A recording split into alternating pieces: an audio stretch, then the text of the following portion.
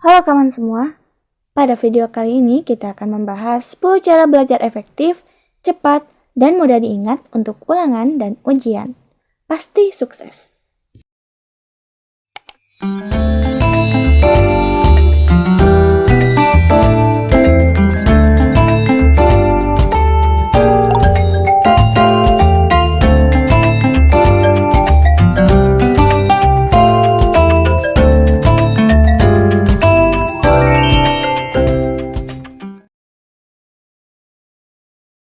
Inilah 10 cara belajar yang bisa kamu coba agar lebih efektif. 1. Membuat daftar penting, seperti syarat atau konsep ataupun dengan ide. Penelitian Willis J. pada tahun 2008 menunjukkan bahwa media yang berbeda merangsang bagian otak yang berbeda. Semakin banyak area otak yang diaktifkan, semakin besar kemungkinan itu adalah bahwa Anda akan memahami dan menyimpan informasi. 2. Jangan melakukan hal lainnya atau biasa disebut multitasking. Multitasking membuat Anda kurang produktif, lebih terganggu dan memperlambat studi. Bahkan menunjukkan bahwa orang-orang yang mengaku menjadi baik di multitasking tidak benar-benar lebih jago dari rata-rata sebagian orang. Siswa yang lebih efektif fokus hanya pada satu hal pada satu waktu. Jadi, jangan mencoba untuk belajar sementara juga, sebentar-sebentar membalas pesan teks, menonton TV, dan memeriksa umpan Twitter Anda. 3. Menyederhanakan dan meringkas informasi. Menulis beberapa catatan penting Anda dalam poin-poin. Membuatnya lebih mudah untuk diingat daripada membaca sebuah paragraf yang panjang. Gunakan pasangan yang membantu ingatan seperti akronim, karena ini terbukti meningkatkan efisiensi pembelajaran. Contoh, adik Simba.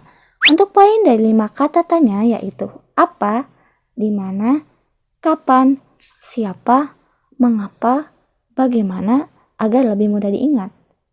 4. Tuliskan kekhawatiran Anda di secari kertas. Apakah aku akan melakukannya dengan baik pada ujian ini?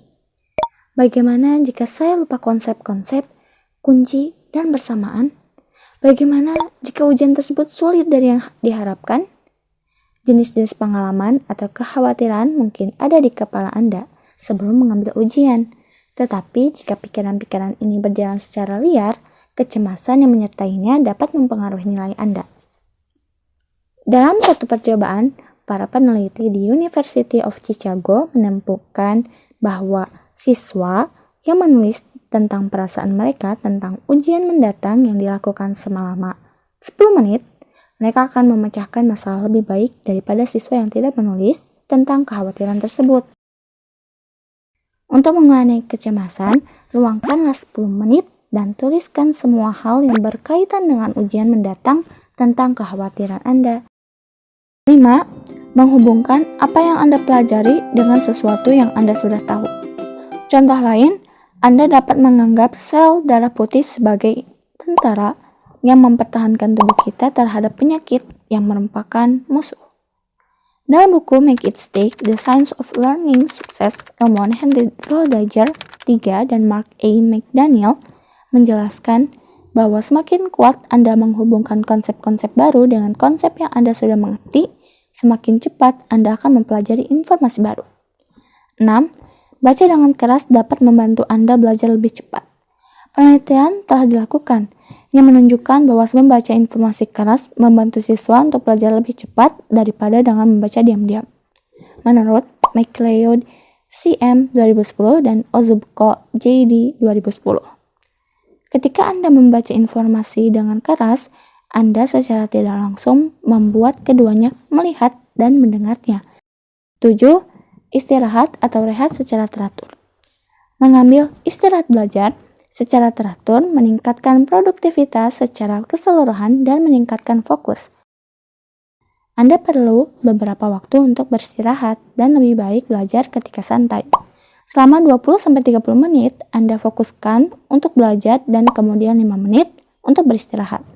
Gunakanlah stopwatch untuk menghitungnya dan jangan mengisi waktu belajar Anda dengan mengotak-atik ponsel atau komputer karena perangkat ini mencegah pikiran Anda dari sepenuhnya santai. 8. fokus pada proses bukan pada hasil nilai.